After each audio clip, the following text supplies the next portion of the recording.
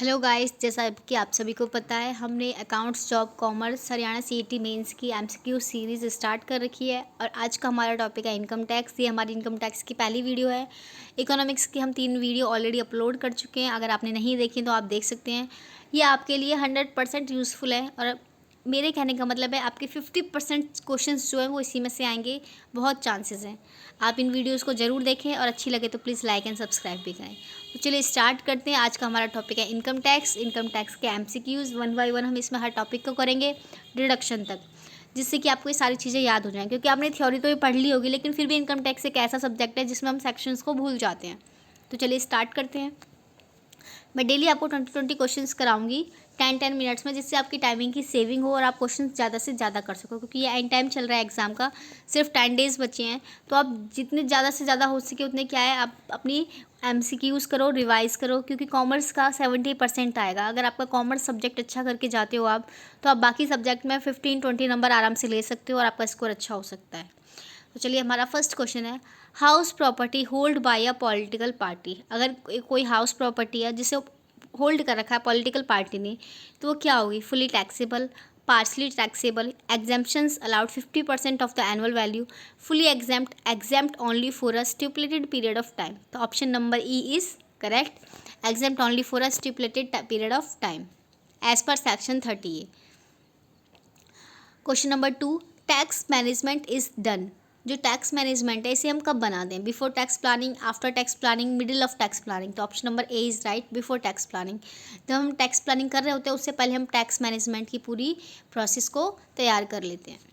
Next है हमारा question number 3, which of the following is not a direct tax. हम सबको पता है इनकम टैक्स एक कैसा टैक्स है? डायरेक्ट टैक्स है। इसमें हमसे क्या पूछा गया है? कौन सा टैक्स डायरेक्ट टैक्स नहीं? तो ऑप्शन नंबर ए तो वैसे ही हट जाता है। Option number B wealth tax, ये भी हमारा क्या है? एक डायरेक्ट टैक्स होता था जो कि अब हटा दिया गया है। Option number T gift tax, ये भी हमारा डायरेक्ट टैक्स होता है। Option number D is correct, production tax जी हमारा इनडायरेक्ट टैक्स होता है। क्योंकि प्रोडक्शन रॉ मटेरियल बनता है, फिर प्रोडक्शन होता है, उसके बाद होलसेलर के पास चीज़ें जाती हैं, फिर रिटेलर के पास आती हैं, फिर इंसान कंज्यूमर के पास आती है। कंज्यूमर भी इनमें जीएसटी वगैरह लगा के देता है। तो ये कैसा एक टैक्स हो गया? इनडायरेक्ट टैक्स हो गया।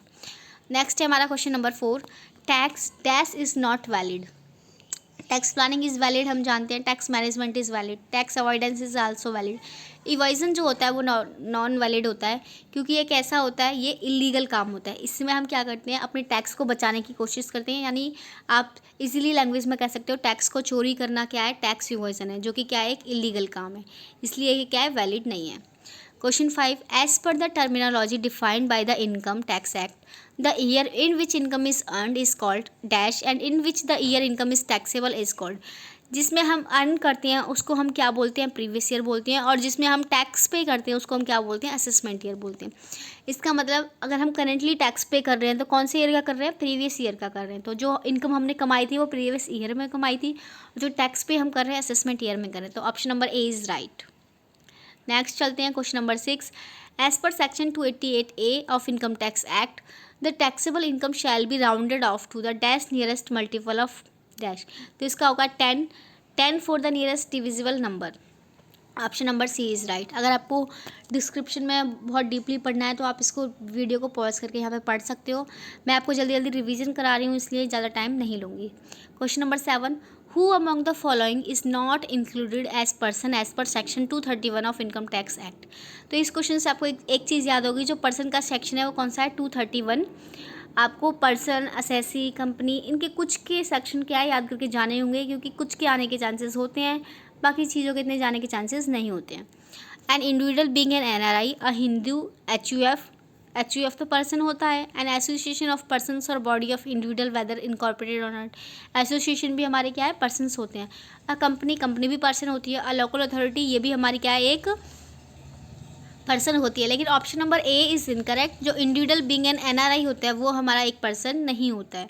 तो Hindu, HUF, association, company, local authority, artificial, judicial, ये सारे हमारे क्या पर्सन आते हैं। पर्सन होता कौन है? जो कि टैक्स पे कर सकता है, यानी कैन, नॉट करता है या फिर कर रहा है।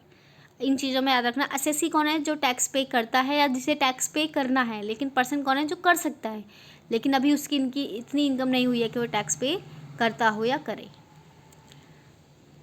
नेक्स्ट है हमारा question number 8, An ordinary residence is whose follows both basic and additional conditions, only basic conditions, only additional conditions, या फिर none of these. तो option number A is right, both basic and additional conditions.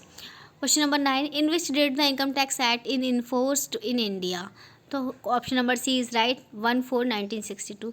इसको हम income tax act 1961 बोलते ज़रूर हैं क्योंकि इसको हमने क्या किया है, उस टाइम पे बोला था कि इसको लागू किया जाए, लेकिन ये फोर्स कब आया था, 1 अप्रैल 1962. नेक्स्ट हमारा the income tax act 1961 came into force, जैसा कि हम बता चुके हैं 1 अप्रैल 1962. इसमें टोटल 298 सेक्शंस होते हैं और 14 शेड्यूल्स होते हैं, आप ये भी याद रख सकते हो. Thank you. आज की क्लास में इतना ही. कल से हम 20 क्वेश्चंस कराएंगे. अगर आपको वीडियो अच्छी लगी हो तो आप प्लीज़ कमेंट या फिर लाइक करके या सब्सक्राइब करके हमारे चैनल को बताएं, जिससे कि हम आगे भी ऐसी वीडियो लाते रहें. Thank you. Bye bye. Take care.